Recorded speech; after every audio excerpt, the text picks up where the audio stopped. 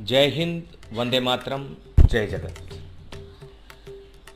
आज जब मंथन हो रहा है कि एक राष्ट्रीय पार्टी का पतन इस तरीके से क्यों हो रहा है, एक घटना का जिक्र करता हूँ।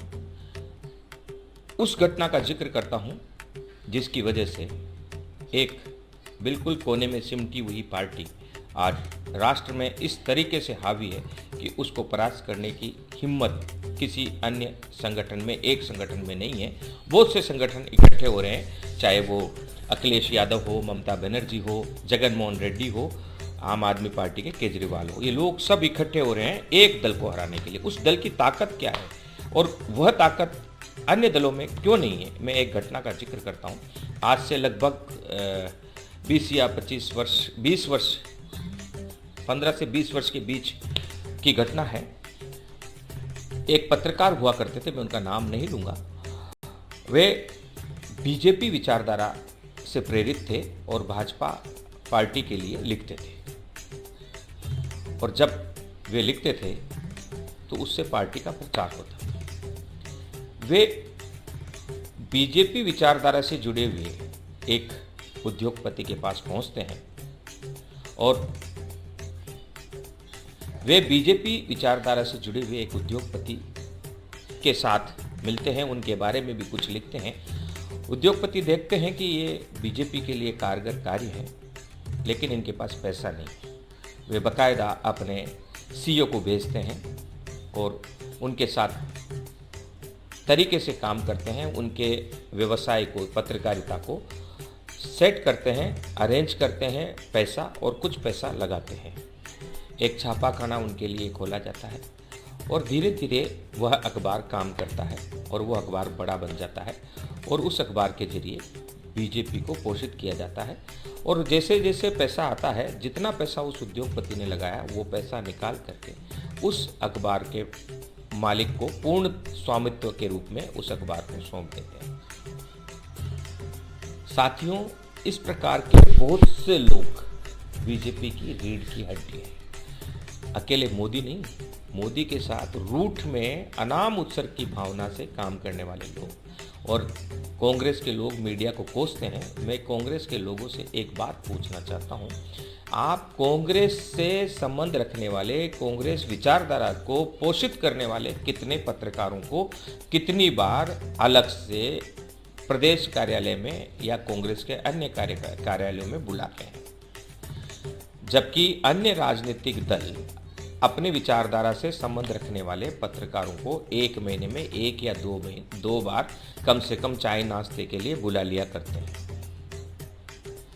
हम कहाँ खो रहे हैं? फील्ड में काम करने वाले, फील्ड में पार्टी की विचारधारा को पोषित करने वाले पत्रकारों को खोजा जाना तो बहुत दूर, अगर वे कार्यालय में आते हैं तो उनके लिए अलग से बैठने की, अलग से उनका स्वागत करने की, उनका पहचान कर कि ये कांग्रेस के लोग हैं, उनको आगे बढ़ाने की, नीति को पोषित करने की व्यवस्था पार्टी में नहीं।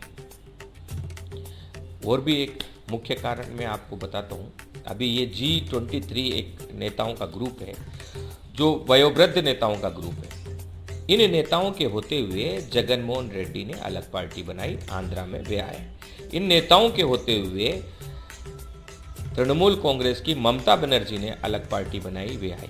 इन नेताओं को होते हुए बहुत से जगहों पर शरद पवार जैसे, PS संगमा जैसे लोगों को पार्टी से बाहर जाना पड़ा और अपना वजूद रखते हुए, और उन्होंने अपने दम पर अपने अपने प्रदेशों में सरकारें बनाई। आज ये नेता हर काम के लिए गांधी खानदान को कोस रहा है, जबकि हम पहले भी बता चुके हैं, इंदिरा गांधी जब प्रधानमंत्री बनी थी तब उनके पिताजी जवाहरलाल नेहरू इस दुनिया में नहीं थे, और जब राजीव गांधी प्रधानमंत्री बन रहे थे तब उनकी मां इस दुनिया में नहीं थी। और सोनिया गांधी को भी जब कांग्रेस डूब रही थी तो ये G23 के नेता ही थे, जिनके निवेदन से, जिनके बराबर दबाव से सोनिया गांधी ने कांग्रेस पार्टी का हाथ थामकर कांग्रेस पार्टी का प्रधानमंत्री बनाया था। और आज ये लोग दबे जुबान पर गांधी खानदान यानी सोनिया गांधी, राहुल गांधी और प्रियंका गांधी को कोस रहे हैं, जबकि वे नेता हैं। आपको फील्ड में काम करना है, लेकिन फील्ड में आप काम करते नहीं हैं। आप लोगों को मंत्री बनना है, बड़े नेता बनने हैं, और फील्ड में जो काम कर रहा है उससे कोई लेना देना ही नहीं है। होना क्या चाहिए, आज प्रदेश स्तर पर जितने भी संगठन गैर राजनीतिक रूप से आंदोलन करते हैं, उनके नेताओं को बुलाकर उनको पार्टी से जोड़ने का कार्य करें। नहीं करती कांग्रेस पार्टी के नेता। क्या वहाँ राहुल गांधी आए, क्या वहाँ प्रियंका गांधी आए, या क्या वहाँ सोनिया गांधी आए?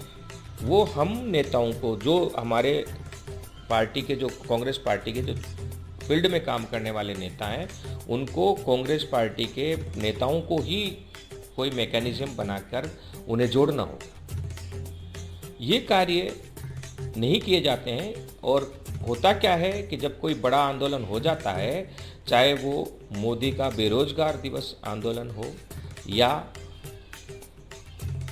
मोदी के खिलाफ चलाए गए बेरोजगार दिवस आंदोलन हो, या राकेश टिकैत का किसान आंदोलन, जब आंदोलन खड़े हो जाते हैं तो उनका श्रेय लेने के लिए हम जाते हैं।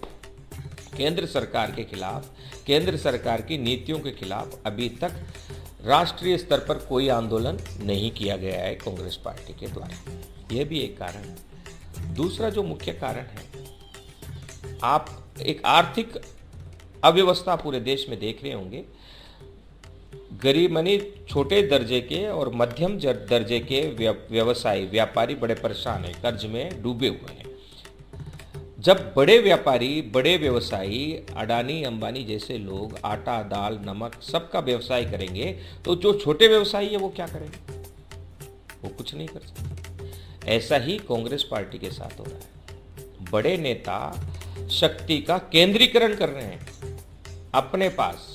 वार्ड स्तर के वार्ड अध्यक्ष या पंचायत समिति के पंचायत स्तर के सरपंच, पंच या वहाँ के जो पदाधिकारी है, वे अपने आसपास के किसी चपड़ासी का भी तबादला नहीं करवा सकते। उनकी कोई वैल्यू ही नहीं है उनकी सरकार होते हुए।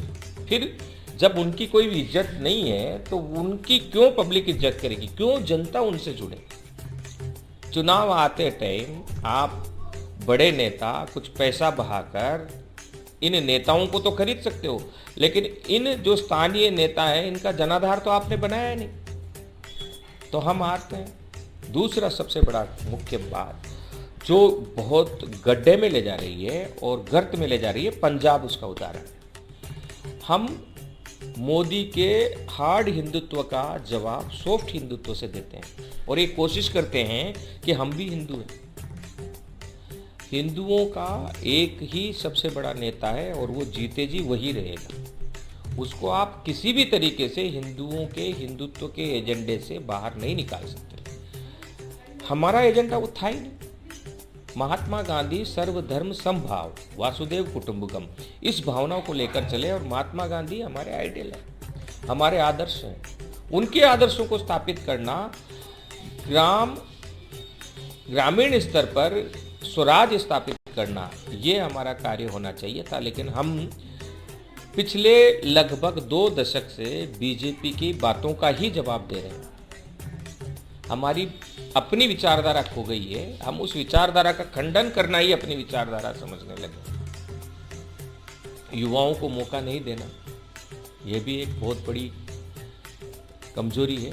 और जो फील्ड में काम करते हैं, जिनको जो कभी माला डालने वाली भीड़ का अंग नहीं होते, भीड़ का भाग नहीं होते, उन नेताओं को, उन युवाओं को बुलाकर और उनको, उनके कंधे पर अगर बड़े नेता हाथ भी रख दें, तो जो फील्ड में काम करते हैं, युवा हो चाहे बुजुर्ग हो, और जिन्हें किसी पद की लालच नहीं है, ऐसे नेताओं से हमारे बचपन में कांग्रेस के बड़े नेताओं, कांग्रेस पार्टी के कद्दावर नेताओं को, बड़े नेताओं को उनके घर पर जाकर, उनके साथ मिलकर और उनके साथ बैठकर खाना खाते हुए और उन जगहों पर उनके साथ कुछ लोगों से मिलकर उनकी समस्या को पूछते हुए मैंने देखा है। लेकिन अब हमारे नेता, अब कांग्रेस पार्टी के नेता हैं, वे बड़ी सभाओं में जाते हैं। कहीं कोई बुलावा आता है तो पहले पूछा जाता है कि हम जिस सभा में जा रहे हैं उसमें कितनी भीड़ है। अगर भीड़ नहीं होगी तो वे नहीं जाएंगे। तो हम खुद भीड़ में घिरे रहकर वस्तु स्थिति से दूर हटते जा रहे हैं और हम बंगले पर भी उन्हीं नेताओं के आसपास घिरे रहने की कोशिश करते हैं जो हमेशा उनकी जय बोले। पार्टी की रीति नीति से उन्हें कोई लेना देना नहीं। अधिकतर बड़े नेताओं के बंगलों में आरएसएस विचारधारा के कार्यकर्ता और आरएसएस विचारधारा को पोषित करने वाले लोग कांग्रेस का चोला ओढ़े कांग्रेस शासित प्रदेशों के मंत्रियों के बंगले पर, बड़े नेताओं के बंगले पर बैठे नजर आ जाते हैं। ये जो बदलाव है, ये जो सेवा की भावना कांग्रेस पार्टी से समाप्त हुई है, इसने और ये जो घमंड की भावना कांग्रेस के बड़े नेताओं में आ गई है, इसने पंजाब में धराशायी कर दिया कांग्रेस के नेताओं।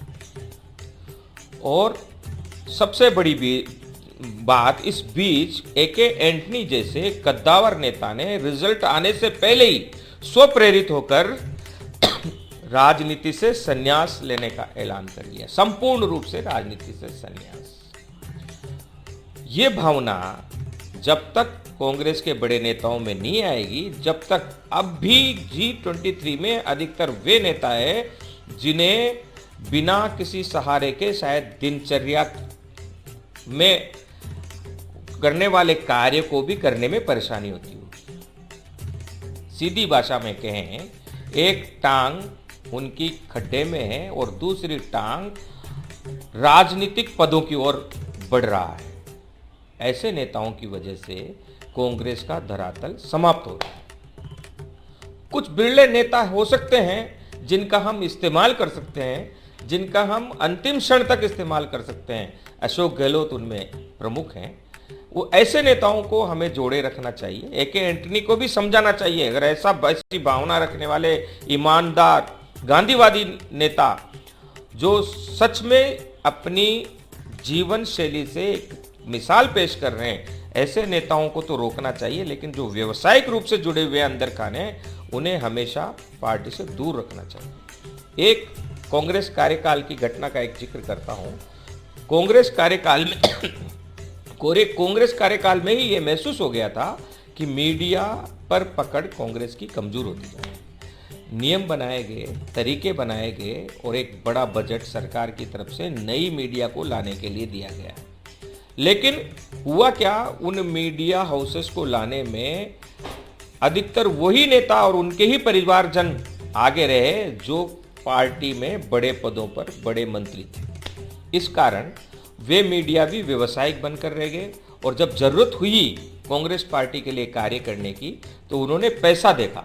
आज उनमें से कई ऐसे मीडिया हैं जो बीजेपी की भाषा बोल रहे हैं। तो पैसे के पीछे चलने की भावना बड़े नेताओं की और बड़ा दिखने की भावना, यानी सादगी कांग्रेस की विचारधारा रही है, उससे ऊपर उठकर बड़ा दिखने की भावना और काम करने वाले, फील्ड में काम करने वाले व्यक्ति की मदद नहीं करने की भावना, मीडिया को साथ में लेकर नहीं चलने की कांग्रेस पार्टी के मुख्यालयों की व्यवस्था, इन सब ने कांग्रेस पार्टी का धरातल किसका दिया है।